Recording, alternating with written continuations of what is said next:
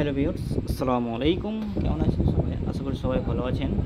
তো আজকে আমি দেখাতে চলেছি, যদি আপনার কম্পিউটার বা ল্যাপটপ বা ডেস্কটপে যে কোনো ভার্সন হোক না কেন, আপনার যদি কম্পিউটারের সফটওয়্যারগুলো বা ফোল্ডারগুলো বড় হয়ে যায়, সেগুলো ঠিক কী করে করবেন, তো আমি আপনাকে ক্যামেরা দ্বারাই আপনাকে দেখাবার চেষ্টা করছি।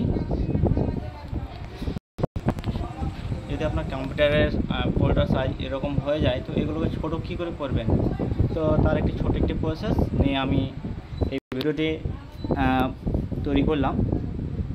তো এখানে আমি সম্পূর্ণ প্রসেস দেখাবো A to Z, এবং এই ভিডিওটি দেখলে আপনি এই কাজটি সহজে করে নিতে পারেন। এর জন্য সর্বপ্রথম আপনি আপনার কম্পিউটার স্ক্রিন যেটা আছে, সেই স্ক্রিনটাতে আপনি চলে আসবেন। স্ক্রিনে আসার পর এখানে আপনি যে কোনো জায়গায় ফাঁকা জায়গাতে ক্লিক করে নেবেন, মাউসের যেটা রাইট বাটন ক্লিক করে নেবেন। করে দেওয়ার পরে ভিউ আসবেন।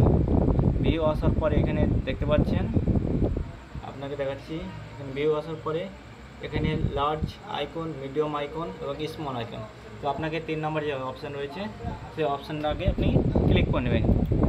যখন আপনি 3 নম্বর অপশানটা ক্লিক করবেন, তখন দেখতে পাচ্ছেন আপনার যেই সফটওয়্যারগুলো রয়েছে, সেই সফটওয়্যারগুলো অর্থাৎ অটোমেটিকলি আপনার ছোট হয়ে গেছে এবং স্ক্রিনটা ফুল থেকে হাফ হয়ে গেছে।